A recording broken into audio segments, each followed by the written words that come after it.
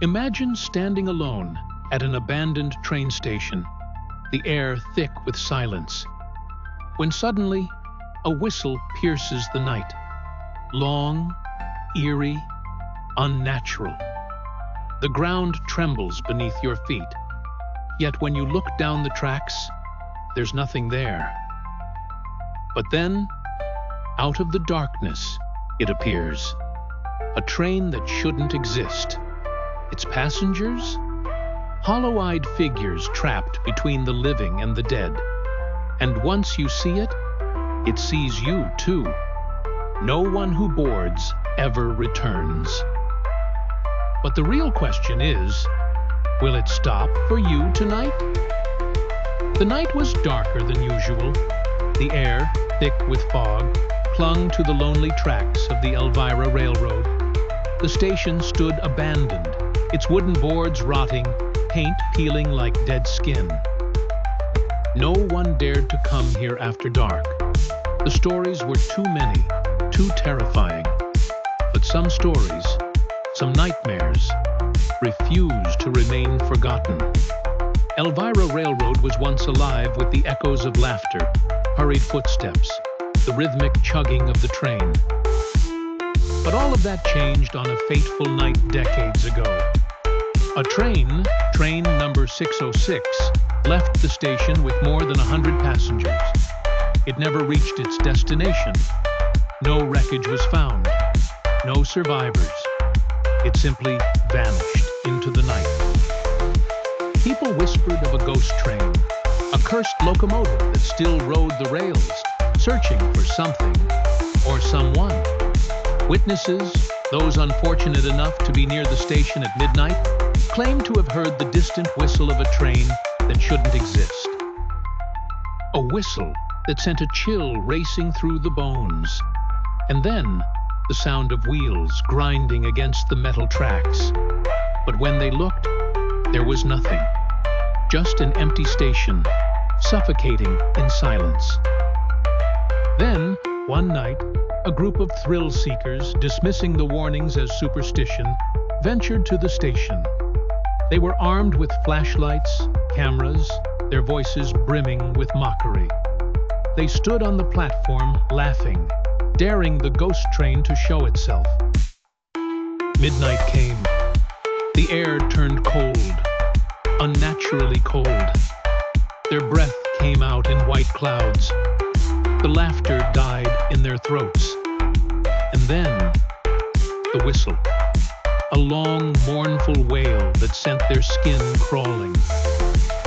The tracks began to tremble. They felt it before they saw it. The vibrations underneath their feet, the faint glow of an approaching light. And there it was, the train.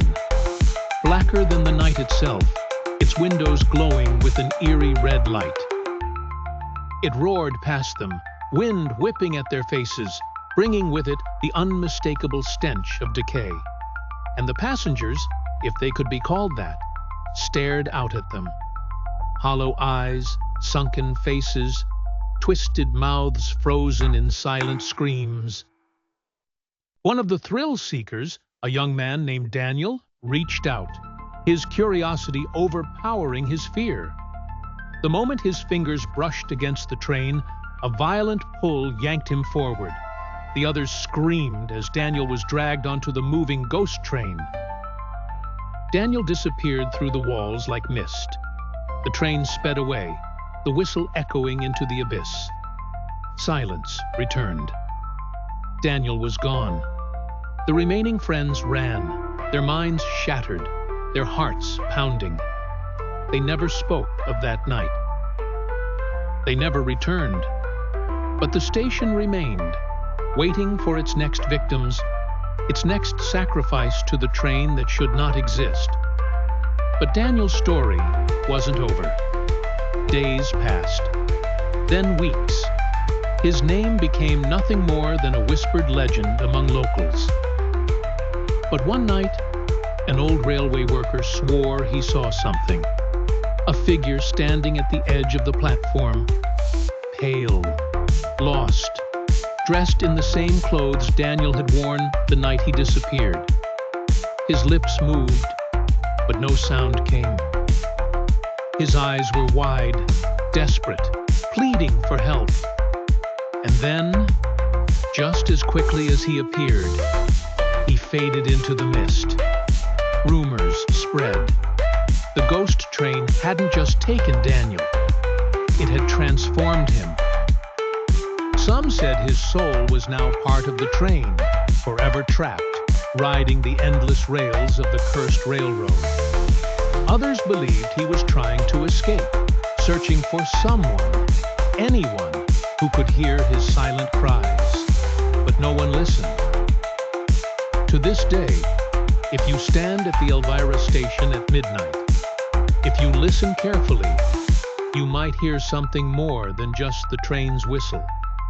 A whisper, faint and sorrowful, carried by the cold wind. And if you turn your head too slowly, you just might see him standing there, watching, waiting. The next time the train arrives, will it be coming for you?